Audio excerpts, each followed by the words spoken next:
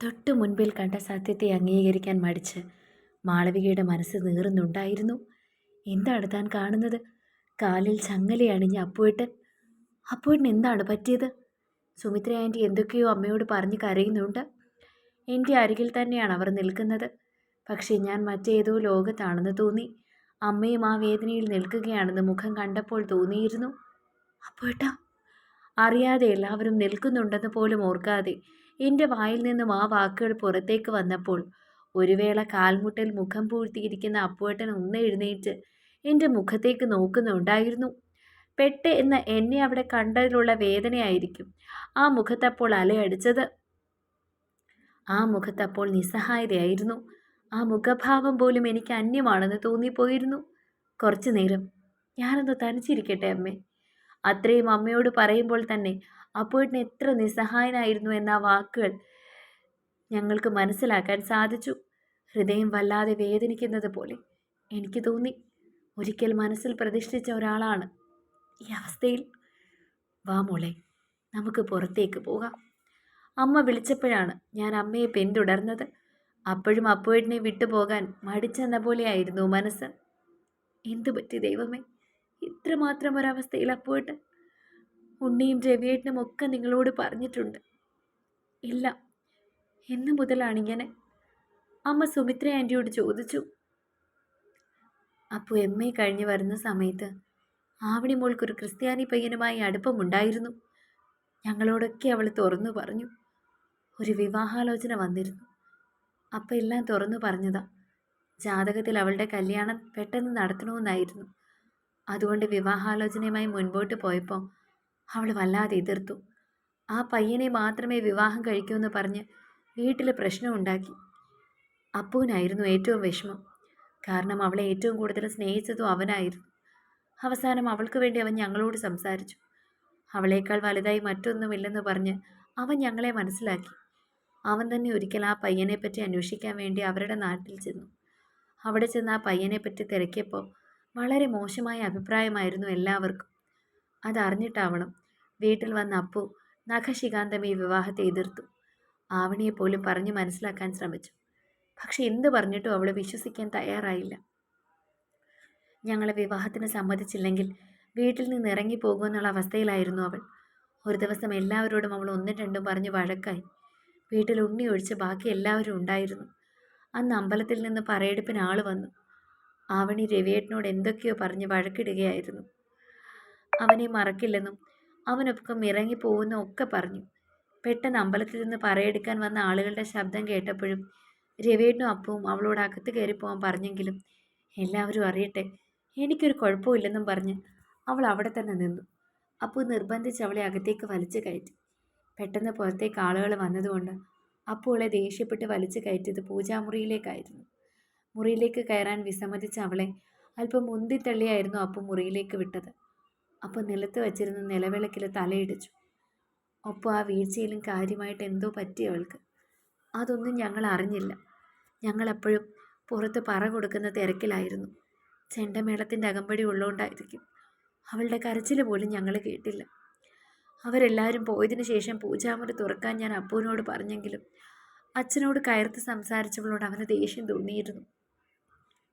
അതുകൊണ്ട് കതക് തുറക്കണ്ട, കുറച്ചു നേരം അവിടെ കിടക്കട്ടെ എന്ന് അവൻ തന്നോട് പറഞ്ഞപ്പോൾ കുറച്ചു നേരം അവിടെ ഇരിക്കുമ്പോൾ അവൾക്ക് മാനസാന്തരം വല്ലതും വന്നാലോ എന്ന് ഞങ്ങൾ ഓർത്തു. കുറേ സമയം കഴിഞ്ഞിട്ടും അവളുടെ അനക്കമൊന്നും കാണാതെ തുറന്നു നോക്കുമ്പോൾ ചോര വാർന്ന മുറിയിൽ കിടക്കുന്നു മോള്. അന്നേരം തന്നെ ആശുപത്രി കൊണ്ടുപോയെങ്കിലും ഡോക്ടർ പറഞ്ഞത് കുറച്ചുകൂടി നേരത്തെ കൊണ്ടുവരുന്നെങ്കിൽ ചിലപ്പോൾ രക്ഷിക്കാൻ കഴിഞ്ഞേനെന്നായിരുന്നു. ആ ഒരു വാർത്ത കേട്ടതും എൻ്റെ അപ്പുവിൻ്റെ മനസ്സ് വല്ലാതായിപ്പോയി. അവൻ കാരണമാണ് അവളുടെ ജീവൻ നഷ്ടമായതെന്നൊരു ബോധം അവൻ്റെ മനസ്സിൽ നിറയാൻ തുടങ്ങി. പിന്നീട് ചെണ്ടമുഴം കേൾക്കുമ്പോഴും പറയെടുപ്പ് കാണുമ്പോഴും ഒക്കെ അപ്പു വല്ലാത്തൊരവസ്ഥയിലായിരുന്നു. അവൻ മറ്റൊരാളായി പോകുന്നത് പോലെ. അന്ന് അവളുടെ ബോഡി കാണാൻ കൂട്ടാക്കാതെ ഒരിരുട്ട് മുറിയിൽ കയറി കതകടച്ച അപ്പുവിൻ്റെ മുഖം ഇന്നും ഞാൻ ഓർക്കുന്നുണ്ട്. അതിനുശേഷം ആൾക്കൂട്ടവും ബഹളവും ശബ്ദങ്ങളും ഒന്നും ഇഷ്ടമല്ല. അവളില്ലെന്ന് അവൻ അംഗീകരിക്കാൻ പറ്റുന്നില്ല. അവളുടെ മരണശേഷം ആ വീട്ടിൽ അവളുടെ മുറിയിൽ തന്നെ അവൻ ഇരിക്കാൻ തുടങ്ങി. അവളോട് സംസാരിക്കുന്നത് പോലെ ഒറ്റയ്ക്ക് സംസാരിക്കാൻ തുടങ്ങി. ഒടുവിൽ ഉണ്ണിയും രവിയേട്ടനും കൂടി അവരെ ഒരു സൈക്കാട്രിസ്റ്റിനെ കൊണ്ട് കാണിച്ചു. അപ്പോഴേക്കും അവൻ്റെ മനസ്സിൻ്റെ താളം തെറ്റി തുടങ്ങിയെന്നാണ് ഞങ്ങൾ അറിഞ്ഞത്. കുറേ കാലം ചികിത്സകളൊക്കെ ചെയ്തു, ഒരുപാട് ചികിത്സകൾ. ഒന്നിനും ഫലം കണ്ടെത്തിയില്ല. മനസ്സിലായപ്പോഴേക്കും അവൻ ഞങ്ങളിൽ നിന്നും വല്ലാതെ അകന്നുപോയി. പഠനം കഴിഞ്ഞിട്ട് ഒരു ടെസ്റ്റ് എഴുതി ഒരു കോളേജിൽ ജോലിക്ക് കയറി. അവൻ്റെ സ്വഭാവത്തിൽ നിന്ന് ഒരു മാറ്റമാകും ജോലിയെന്ന് കരുതി. അവിടെ ഓണാഘോഷങ്ങൾക്കും മറ്റും ചെണ്ടമേളം കേട്ടപ്പോൾ അവൻ്റെ മനസ്സ് വീണ്ടും താളം തെറ്റി. അന്ന് കുട്ടികളും അധ്യാപകരും ഒക്കെ പേടിയോടെ അവനെ നോക്കി. മുടിയൊക്കെ വലിച്ച് സ്വന്തം ശരീരത്തിൽ ഇട്ടിരുന്ന വേഷങ്ങളൊക്കെ കുത്തിക്കീറി മറ്റൊരാളായി വീണ്ടും അവൻ മാറി. വീണ്ടും ഞങ്ങൾ ആശുപത്രിയിൽ കൊണ്ടുപോയി. ഇത്തരം ശബ്ദങ്ങളോടുള്ള അവൻ്റെ ഭയം മാത്രമാണ് കാരണമെന്നും അത് കേൾക്കാതിരിക്കുകയല്ലാതെ മറ്റു മാർഗങ്ങളൊന്നുമില്ലെന്നും ഡോക്ടർ പറഞ്ഞു. പിന്നീട് വീട്ടിൽ നിൽക്കും തോറും അവൻ്റെ മനസ്സിലെ വിഷമങ്ങൾ കൂടുകയുള്ളൂ എന്നും പറഞ്ഞു. അതോടെ വീട് വിറ്റ് അവിടുന്ന് തിരിച്ചു പോരാൻ ഉറപ്പിച്ചു. അങ്ങനെ ഞങ്ങൾ ഇവിടെ തൃശ്ശൂരിലേക്ക് എത്തുന്നത്. ആ സാഹചര്യങ്ങളിൽ നിന്ന് മാറുമ്പോൾ കുറച്ചെങ്കിലും അവൻ മാറുമെന്ന് ഞങ്ങൾ പ്രതീക്ഷിച്ചു. പ്രതീക്ഷ തെറ്റിയില്ല. പക്ഷെ വീണ്ടും ഇത്തരം ശബ്ദങ്ങൾ കേൾക്കുമ്പോൾ അവന് തന്നെ അറിയാം അവൻ വയലൻ്റ് ആകുമെന്ന്. മനസ്സ് കൈവിട്ടു പോകുന്നത് പോലെ തോന്നുമ്പോൾ സ്വന്തമായിട്ട് കാലിൽ ചങ്ങലയിടും. ഞങ്ങളെ ആരെയും വേദനിപ്പിക്കാതിരിക്കാനാവും സ്വന്തമായിട്ട് മുറി അടച്ചിരിക്കും. എന്നിട്ട് തന്നെ തോന്നുന്ന വികാരങ്ങളൊക്കെ ആ മുറിയിൽ തന്നെ തീർക്കും. ചിലപ്പോൾ സ്വന്തമായി തല ഭിത്തിയിലിടിക്കും, ചിലപ്പോൾ തലേണയൊക്കെ വലിച്ചു കയറും. സുമിത്ര ആൻറ്റി പറഞ്ഞപ്പോഴേക്കും എൻ്റെ കണ്ണിൽ നിന്നും കണ്ണുനീരുറവ പൊട്ടി വീഴുന്നുണ്ടായിരുന്നു. അത് കണ്ടിട്ടെന്ന പോലെ സുമിത്ര ആൻറ്റി അത്ഭുതത്തോടെ എന്നെ നോക്കുന്നുണ്ടായിരുന്നു. എൻ്റെ ഈശ്വര, എന്തൊരു വിധിയാണ് സുമിത്രേ, അമ്മ പരിതപിച്ചു. ഒരു കുഴപ്പമില്ലായിരുന്നു. നിങ്ങളുടെ വീട്ടിൽ പോയിട്ട് വന്നപ്പോൾ മുതൽ അവൻ പൂർണ്ണമായും അസ്വസ്ഥനായിരുന്നു. ഒരുപക്ഷെ പഴയ ഓർമ്മകളൊക്കെ മനസ്സിലേക്ക് വന്നതുകൊണ്ടാവും. കുട്ടികളെയൊക്കെ കണ്ടപ്പോൾ അവനെ ഓർത്ത് കൊണ്ടായിരിക്കും. കുറച്ച് ദിവസങ്ങളായി അവൻ ഒറ്റയ്ക്ക് ഇരിക്കുകയായിരുന്നു. ഞങ്ങളാരും അങ്ങനെ അവനെ ഇരിക്കാൻ സമ്മതിക്കില്ല. പക്ഷെ കഴിഞ്ഞ കുറച്ച് ദിവസങ്ങളായി മുറി അടച്ച് ഒറ്റയ്ക്ക് എപ്പോഴും ഒരു ആലോചന. പിന്നിപ്പോൾ പറയെടുക്കാൻ അമ്പലത്തിൽ നിന്ന് ഇവിടെ ആളുകൾ വന്നപ്പോൾ പെട്ടെന്ന് ശബ്ദം കേട്ടപ്പോൾ അവന് നിയന്ത്രിക്കാൻ കഴിഞ്ഞില്ല. മുറ്റത്ത് കിടന്നിരുന്ന പൂച്ചട്ടികളൊക്കെ തല്ലി ഒടിച്ചു. എന്നിട്ട് മുറിയിലേക്ക് കയറി സ്വന്തമായിട്ട് കാലിൽ ചങ്ങലയിട്ടിരിക്കുക. ബാക്കി എന്ത് സഹിക്കാം? സ്വന്തമായിട്ട് ഇങ്ങനെ കാലിൽ ചങ്ങലയിട്ട് ഒരു ഭ്രാന്തനായി മുറിയിൽ കഴിയുമ്പോൾ സഹിക്കാൻ പറ്റുമോ? പെറ്റ വയറല്ലേ ഉമ്മ. ഇതൊക്കെ കാണുമ്പോൾ നമുക്ക് സഹിക്കാൻ പറ്റുമോ? സുമിത്ര ആൻറ്റി പറഞ്ഞപ്പോൾ എനിക്ക് സഹിക്കാൻ പറ്റുന്നുണ്ടായിരുന്നില്ല. ഞാനൊന്ന് കണ്ടോട്ടെ ആൻറ്റി. വേദനയോടെയാണ് ഞാൻ സുമിത്ര ആൻറ്റിയോട് ചോദിച്ചത്. പക്ഷെ അമ്മയുടെ മുഖത്ത് അപ്പോൾ ഒരു ഭയം ഉണ്ടായിരുന്നു. ഇപ്പം വേണ്ട മോളെ, ചിലപ്പോൾ മോളെ കണ്ട സഹിക്കാൻ കഴിഞ്ഞെന്ന് വരില്ല. മോളെ അവന് വലിയ ഇഷ്ടമായിരുന്നു. ആൻറ്റി അങ്ങനെ പറഞ്ഞപ്പോഴാണ് ഞാൻ ശരിക്കും തകർന്നു പോയത്. ഇഷ്ടമായിരുന്നു. ഇപ്പം എനിക്ക് മനസ്സിലാവുന്നുണ്ട്. എന്നോട് കാണിച്ച അവഗണന ഇഷ്ടക്കൂടുതൽ കൊണ്ടായിരിക്കുമെന്ന്. എന്നെ കണ്ടപ്പോൾ പഴയ കാര്യങ്ങളും ഇഷ്ടങ്ങളും ഒക്കെ ഓർത്തിട്ടുണ്ടാവും. ഒരു കാരണത്തിലല്ലെങ്കിൽ മറ്റൊരു വിധത്തിൽ ഞാൻ കാരണമാണ് ഈ അവസ്ഥ ഇപ്പോൾ അപ്പോയിട്ടിനായതെന്ന് തോന്നി. ആ നിമിഷം അപ്പോയിട്ടിൻ്റെ അരികിൽ ചെല്ലാൻ മനസ്സ് വെമ്പര് കൊള്ളുന്ന പോലെ. ഒരു മുറിക്കപ്പുറത്ത് അപ്പോയിട്ടിനുണ്ടായിട്ടും ഒന്ന് ആശ്വസിപ്പിക്കാൻ കഴിയാത്ത വേദനയിലായിരുന്നു ഞാൻ. പിന്നീട് എല്ലാവരും സംസാരങ്ങളും ചർച്ചകളിലും ഒക്കെ മുഴുകുമ്പോൾ സുമിത്രാൻറ്റിയുടെ മുഖത്തൊരു ദുഃഖം ഉണ്ടായിരുന്നു. എൻ്റെ കണ്ണുകൾ അപ്പോഴും അടഞ്ഞു കിടക്കുന്ന വാതിലിൽ തന്നെയായിരുന്നു. അടുത്ത് ചെന്നിരിക്കാൻ തലമുടികളിൽ തലോടി ഒന്നുമില്ല, ഒപ്പം ഞാനുണ്ടെന്ന് പറയാൻ എൻ്റെ മനസ്സ് വെമ്പൽ കൊണ്ടു. പക്ഷെ ചുറ്റും പ്രതിബന്ധങ്ങൾ മാത്രമാണ്. എൻ്റെ പ്രാണനാണ് അകത്ത് വേദന തിന്നുരുകുന്നത്. ഈ കാരണം കൊണ്ട് വിവാഹത്തിൽ നിന്നും പിന്മാറുകയാണെങ്കിൽ അതെന്നോട് ഇപ്പോൾ തുറന്നു പറയണം. മാധവന് വീട്ടിൽ നിന്ന് പതുക്കെ ഫോൺ വിളിച്ച് പറഞ്ഞാൽ മതി. തന്നോട് പിണക്കമുണ്ടായിട്ടല്ല. എനിക്ക് കേൾക്കുമ്പോൾ താങ്ങാൻ കഴിയില്ല. എൻ്റെ മോൻ്റെ രണ്ടാമത്തെ ആലോചനയാണ് മുടങ്ങിപ്പോകുന്നത്. നമ്മുടെ ബന്ധത്തിൽ തന്നെയുള്ളൊരു കുട്ടി. ആ കുട്ടിയുടെ വീട്ടിൽ ചെന്ന് പറഞ്ഞതാണ് ആരും. അത്ര മനസാക്ഷി ഇല്ലാത്തവനാണ് ഞാനെന്ന് രവിക്ക് തോന്നുന്നുണ്ടോ? എൻ്റെ മകളെ വിവാഹത്തിന് സമ്മതമല്ലായിരുന്നു എന്ന് പറയുന്നതെങ്കിൽ ഒരുപക്ഷെ ഞാൻ അവളെ നിർബന്ധിക്കില്ലായിരുന്നു. ഇപ്പോൾ അവൾക്ക് പൂർണ്ണ സമ്മതമാണ്. അതുകൊണ്ട് തന്നെ ഞങ്ങൾ എന്തിനാണ് രവി ഈ ഒരു കാര്യത്തിന് സമ്മതക്കുറവ് കാണിക്കുന്നത്? മാത്രമല്ല, ഉണ്ണി നല്ലവനാണ്. അവൻ ഒരു തെറ്റും ചെയ്തിട്ടില്ല. അപ്പുവിൻ്റെ അവസ്ഥയും മറ്റൊന്നല്ല. അവൻ എന്ത് ചെയ്തിട്ടാ? ഉണ്ണിയും അപ്പുവും നല്ല കുട്ടികളാണ്. പിന്നെ അവൻ്റെ മനസ്സിൻ്റെ ബലക്കുറവ് കൊണ്ട് അവന് സംഭവിച്ചു പോയൊരബദ്ധം. അത് നമ്മളൊക്കെ അവനെ ചേർത്ത് പിടിക്കുമ്പോൾ മാറുന്നതാണ്. അവൻ്റെ പേരിൽ ഈ ഒരു വിവാഹം മുടങ്ങിയ ഏറ്റവും കൂടുതൽ വേദനിക്കുന്നതും അവനായിരിക്കും. ഞങ്ങൾ കാരണം ഒരിക്കലും അവൻ അങ്ങനെ ഒരു വേദന ഉണ്ടാവാതിരിക്കട്ടെ.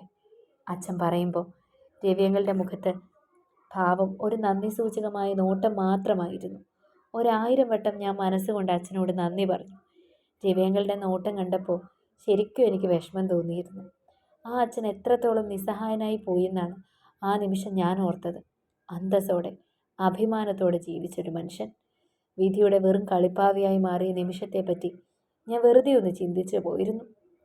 അപ്പോഴിവിടെ ഇത്രയും അടുത്തുണ്ടായിട്ടും ഞാൻ അറിഞ്ഞില്ലല്ലോ. ഞങ്ങളുടെ തൊട്ടടുത്താണ് താമസമെന്ന് ഞാൻ അറിഞ്ഞില്ല. തൃശ്ശൂരിലാണെങ്കിലും ഇത്ര കാലത്തിനിടയിൽ നമ്മളൊന്ന് കണ്ടില്ലെന്നുള്ളതാണ് അത്ഭുതം. അച്ഛൻ വിഷയം മാറ്റാനായി പറഞ്ഞു. ഞങ്ങൾ ഇവിടെ വന്നിട്ടിപ്പോൾ കുറേ കാലമായി. പുറത്തേക്കൊന്നും ഇറങ്ങാറില്ല. പിന്നെ ഉണ്ണി എറണാകുളമല്ലേ. അന്ന് അവിടെ നിന്ന് പോയതിന് ശേഷം ഇവിടെയാണ്. അതുകൊണ്ട് തന്നെ ഇവിടെ കുറച്ച് സ്ഥലമൊക്കെ വാങ്ങി സെറ്റിലായി. ബാക്കി കാര്യങ്ങളൊക്കെ എങ്ങനെയാ രവി പറയും. മാധവൻ പറഞ്ഞു. ഞാനല്ലല്ലോ, നിങ്ങളല്ലേ തീരുമാനിക്കേണ്ടത്. ഇനി എന്ത് തീരുമാനിക്കാൻ രവി? കുട്ടികളുടെ നിശ്ചയം നടത്തണം, എത്രയും പെട്ടെന്ന് തന്നെ. വലിയ ആർഭാടമായിട്ടൊന്നും നടത്തണ്ട. നമ്മുടെ അടുത്ത ബന്ധുക്കൾ മാത്രം മതി. ഒരുപാട് ആളുകളെ കാണുമ്പോൾ ചിലപ്പോൾ അപ്പൂവിന് ബുദ്ധിമുട്ടുണ്ടാവും. പിന്നെ വാദ്യമേളങ്ങളൊക്കെ ഒഴിവാക്കാം. അപ്പൂവിന് ബുദ്ധിമുട്ടായാലോ? അച്ഛൻ ഓരോന്ന് പറയുമ്പോഴും രവിയങ്ങളുടെ മുഖത്ത് വളരെ സന്തോഷമായിരുന്നു നിലനിന്നത്. അദ്ദേഹത്തിൻ്റെ മനസ്സറിഞ്ഞ് അച്ഛൻ പ്രവർത്തിക്കുന്നത് പോലെ ആ നിമിഷം അദ്ദേഹത്തിന് തോന്നിയിട്ടുണ്ടാവും. ഞങ്ങൾക്ക് എപ്പോഴാണെങ്കിലും സൗകര്യമാണ്. ഉണ്ണിയോടും കൂടി അഭിപ്രായം ചോദിച്ചാൽ മതി. എങ്കിൽ ഉണ്ണിയോടും കൂടി ചോദിച്ചിട്ട് ഒരു ദിവസം ഞങ്ങൾ അറിയിച്ചാൽ മതി. നമുക്ക് ഉറപ്പിക്കാം. കുട്ടികളുടെ ജാതകം ഒന്നും നോക്കണ്ടേ? രവിയങ്ങൾ ചോദിച്ചു. സത്യം പറഞ്ഞാൽ ജാതകത്തിലൊന്നും എനിക്ക് വിശ്വാസമല്ല രവി. ഞാനും ഉമ്മയും തമ്മിൽ ഒരു ജാതക പൊരുത്തം ഉണ്ടായിരുന്നില്ല. പക്ഷേ ഇതുവരെ ഞങ്ങളുടെ ജീവിതത്തിൽ ഒരു സൗന്ദര്യ പിണക്കം പോലും ഒരു ദിവസത്തെ കൂടുതലും നിലനിന്നിട്ടില്ല. അതിലൂടെ തന്നെ അറിയാലോ, ഈ ജാതകത്തിലൊന്നും വലിയ കാര്യമില്ലെന്നാണ് എൻ്റെ ലൈൻ. എങ്കിലും അതൊരു ചടങ്ങായതുകൊണ്ട് നോക്കുന്നതിൽ വിരോധമില്ല. കുറച്ചു നേരം കൂടി അവിടെ ഇരുന്നിട്ട് എല്ലാവരും പോകാനായി ഇറങ്ങിയപ്പോഴും അപ്പുവേട്ടനെ കാണാതെ പോകാൻ എൻ്റെ മനസ്സ് അനുവദിച്ചില്ല. ഞാൻ സുമിത്രയുടെ അരികിലേക്ക് ചെന്ന് നിന്ന് പറഞ്ഞു. ഞങ്ങൾ പോകുന്നതിന് മുൻപ് എനിക്കൊന്ന് അപ്പുവേട്ടനെ കാണണം. വിളിക്കില്ലേ ആൻറ്റി? ജനലരികിൽ നിന്നൊന്ന് കണ്ടാൽ മാത്രം മതി. എൻ്റെ അഭ്യർത്ഥന തള്ളിക്കളയാൻ കഴിയാത്തതുകൊണ്ട് ആൻറ്റി എന്നെയും കൂട്ടി മുറി തുറന്നു. ഞങ്ങൾ ചെന്നപ്പോഴേക്കും അപ്പൂട്ടൻ കിടന്നുറങ്ങുകയായിരുന്നു. മരുന്ന് കഴിച്ചിട്ടുണ്ടാവും, അതുകൊണ്ടാണ് വേഗം ഉറങ്ങിപ്പോയത്. സുമിത്ര ആൻറ്റി പറഞ്ഞതും അരുമയോട് ആ മുഖമൊന്ന് തലോടാൻ എനിക്ക് തോന്നിയിരുന്നു. പക്ഷെ ആൻറ്റിയുടെ അരികിൽ നിൽക്കുന്നത് കൊണ്ട് എനിക്കത് കഴിയുന്നില്ല.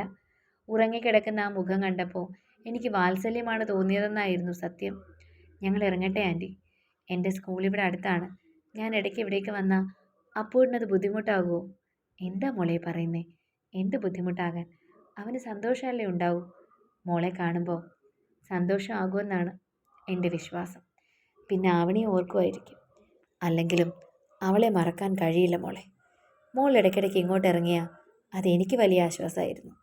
ആൻറ്റി അത് പറഞ്ഞപ്പോൾ എനിക്ക് വലിയ സന്തോഷമായി. ദിവസവും എത്ര പ്രാവശ്യമാണ് ഞാൻ ഇതിലേക്കൂടി ബസ്സിൽ പോകുന്നത്. അപ്പോഴൊന്നും ഞാൻ അറിഞ്ഞില്ല എൻ്റെ അപ്പൂട്ടിനിവിടെ തൊട്ടടുത്ത് ഉണ്ടായിരുന്നുവെന്ന്. ഒരിക്കൽ പോലും തമ്മിൽ കണ്ടിട്ടില്ല. അല്ലെങ്കിലും ഇവിടെ ഇറങ്ങേണ്ട ആവശ്യമൊന്നും ഉണ്ടായിട്ടില്ല. ഇവിടുന്ന് 2 സ്റ്റോപ്പ് കഴിയുമ്പോഴാണ് സ്കൂള്. ഞങ്ങൾ വിചാരിച്ചത് അന്ന് ആൻറ്റിയൊക്കെ പാലക്കാട് നിന്നാണ് വരുന്നതെന്നാണ്. അന്ന് ഞങ്ങൾ പാലക്കാട് നിന്നാണ് വന്നത്. എൻ്റെ സഹോദരിയെ കാണാൻ വേണ്ടി പോയതാ. മോൾക്ക് ഓർമ്മ കാണും, കിരണിനെ. അവൻ്റെ അമ്മ. ഓർമ്മ കാണാതിരിക്കുമോ? അവിടെ നിന്നല്ലേ എല്ലാത്തിൻ്റെയും തുടക്കം. ഞാൻ മനസ്സിലോർത്തു. ഓർമ്മയുണ്ട്. കിരണിപ്പോൾ ഇവിടെ KCBയിൽ അസിസ്റ്റൻ്റ് എഞ്ചിനീയറായിട്ട് വർക്ക് ചെയ്യുക. നിശ്ചയത്തിന് കാണാമല്ലോ. ശരിയാ. അത് പറഞ്ഞ് ഞാൻ പുറത്തേക്ക് പോയിരുന്നു. പ്രാണനെ ഉപേക്ഷിച്ച് പോകുന്നതിനാൽ മനസ്സവിടെ നിന്ന് വരാൻ മടിച്ചു. അന്ന് രാത്രി മുറിയിൽ ചെന്നപ്പോഴും മനസ്സിൽ നിറയെ ഓർമ്മകളായിരുന്നു. പ്രണയമെന്ന തീവ്ര വികാരം മനുഷ്യജീവിതത്തിലെ മഹാരഹസ്യങ്ങളിലൊന്നാണ്. അത് നമ്മളെ ആക്കുന്ന ഒരു അത്ഭുത പ്രതിഭാസമാണ്. ആരോടും തുറന്നു പറയാൻ കഴിയാത്ത തൻ്റെ പ്രണയം തന്നെ വീർപ്പ് മുട്ടിക്കുകയാണ്. പുറത്ത് വീണ്ടും മഴ പെയ്തു തുടങ്ങി. അല്ലെങ്കിലും ഞങ്ങളുടെ പ്രണയത്തിൻ്റെ ഏറ്റവും വലിയ സാക്ഷി മഴയായിരുന്നു. പ്രണയത്തിൻ്റെ തുടക്കം മുതൽ ഇന്നോളം മഴയുടെ ഭാവങ്ങളൊപ്പമുണ്ടായിരുന്നു. പതിഞ്ഞ നൂലിഴകൾ പോലെ പെയ്യുന്ന മഴ എനിക്ക് അവനോടുള്ള പ്രണയത്തിൻ്റെ അടയാളമാണ്. ഒരു പ്രണയകാലം തന്നെ ഈ മഴയിൽ ഒഴുകി വരുന്നുണ്ട്. ഞാൻ അനുഭവിക്കുന്ന വിരഹത്തിൻ്റെ നോവും പേറിയാണ് ഇപ്പോൾ മഴ പെയ്യുന്നത്. എന്താ നീ ചിന്തിച്ചു കൂട്ടുന്നത്? മധുവിൻ്റെ ശബ്ദമാണ് ഓർമ്മകളിൽ നിന്നും ഉണർത്തിയത്. ഞാൻ അപ്പോഴിനെക്കുറിച്ച് ഓർക്കായിരുന്നു. എത്ര പാവായിരുന്നു ആൾ. ഇങ്ങനെയൊക്കെ മനുഷ്യർക്ക് സംഭവിച്ചാൽ എന്ത് കഷ്ടമാണല്ലേ മധു. എന്ത് ചെയ്യാനാ മാളു. ചില മനുഷ്യരുടെ അവസ്ഥകൾ ഇങ്ങനെയാണ്. നമുക്ക് ആർക്കും ഒന്നും ചെയ്യാനില്ലെന്നതാണ് സത്യം. അപ്പോൾ എന്ത് മിടുക്കനായിരുന്നു, എന്ത് നന്നായി പാടുമായിരുന്നു. ഇപ്പം അവനെ കണ്ടിട്ട് എനിക്ക് കൂടി വിഷമം തോന്നുന്നു. സത്യം പറഞ്ഞാൽ എനിക്കവനെ ഭയങ്കര ഇഷ്ടമായിരുന്നു. ഒരു പാവം പയ്യൻ. അവൻ എൻ്റെ അനിയനാകണേന്ന് ഞാൻ ആഗ്രഹിച്ചിട്ടുണ്ട്. എൻ്റെ 2 വയസ്സിന് മൂത്തതാണെങ്കിൽ പോലും. അതെ, എല്ലാവർക്കും ഇഷ്ടമായിരുന്നു. പരിചയപ്പെട്ടിട്ടുള്ള എല്ലാ മനസ്സുകളിലും അപ്പൂട്ടിനൊരു സ്ഥാനം ഉണ്ടായിരുന്നു. പക്ഷെ തൻ്റെ മനസ്സ് തന്നെ അപ്പൂട്ടിനായിരുന്നു. ജാതകങ്ങൾ തമ്മിൽ ചേരുമെന്നുള്ളത് കൊണ്ട് തന്നെ വിവാഹം വളരെ പെട്ടെന്ന് നടത്താമെന്ന കാര്യത്തിൽ തീരുമാനമായി. പിന്നീട് നിശ്ചയമായിരുന്നു. നിശ്ചയത്തിന് എല്ലാവരും വളരെ സന്തോഷത്തോടെയായിരുന്നു. അപ്പോഴും എൻ്റെ മനസ്സിൽ ഒരു നിശ്ചയത്തിന് മധു വരില്ല. പെൺകുട്ടികൾ പയ്യൻ്റെ വീട്ടിൽ വിവാഹത്തിന് മുൻപ് പോകാൻ പാടില്ലല്ലോ. അതുകൊണ്ട് ഇവിടുന്ന് കുറച്ച് പേർ മാത്രമാണ് പോയത്. പാലക്കാട് നിന്നും അമ്മയുടെ വീടായ ആലപ്പുഴയിൽ നിന്നും കുറച്ച് ബന്ധുക്കളെത്തി. ആരോടും മറ്റു കാര്യങ്ങൾ പറഞ്ഞിട്ടുമുണ്ടായിരുന്നില്ല. മറ്റുള്ളവരുടെ മുമ്പിൽ അപ്പുവേട്ടനെ കോമാളിയാക്കുന്നത് ഇഷ്ടമല്ലെന്ന അച്ഛൻ്റെ തീരുമാനമായിരുന്നു. അമ്മയോടും അച്ഛൻ തീർത്തു പറഞ്ഞിരുന്നു, അടുത്ത ബന്ധുക്കളോട് പോലും ഇക്കാര്യം പറയണ്ട എന്ന്. അച്ഛൻ്റെ തീരുമാനത്തിൽ എനിക്ക് അഭിമാനം തോന്നി. നിശ്ചയത്തിന് പോകാൻ നേരം എനിക്ക് വേണ്ടി വീണ്ടും ഊർജം തോന്നി. ഒരുങ്ങി നടക്കാൻ ആഗ്രഹം തോന്നി. അല്ലെങ്കിലും കാണാൻ ആളുണ്ടെങ്കിൽ മാത്രമേ ഒരുങ്ങാനൊരു സന്തോഷം തോന്നൂ. ഒരു ചില്ലി റെഡ് കളറിലുള്ള പട്ടുസാരിയായിരുന്നു താൻ അണിഞ്ഞത്. പൊട്ടും കുപ്പുവളകളും മുല്ലപ്പൂവും ഒക്കെ തലയിൽ ചൂടി. ഇപ്പം കാണാൻ ആളുണ്ട്. മനസ്സിലൊരു പ്രതീക്ഷയുമുണ്ട്. ഒരു പക്ഷേ എൻ്റെ തീരുമാനം തെറ്റായിരിക്കാം. എല്ലാവരും എന്നെ എതിർക്കാം. അച്ഛനും അമ്മയും പോലും എൻ്റെ പ്രതിയോഗികളുടെ സ്ഥാനത്തേക്ക് വന്നേക്കാം. പക്ഷേ അപ്പുവിനോട് മാളവികയ്ക്ക് സ്നേഹമാണ്, അല്ല ഭ്രാന്താണ്. സത്യത്തിൽ ഭ്രാന്ത് അപ്പുവിനല്ല, മാളുവിനാണ്. അപ്പു എന്ന ഭ്രാന്ത്. അഭിപ്രായം പറയാൻ മറക്കല്ലേ. അപ്പോൾ തുടരും.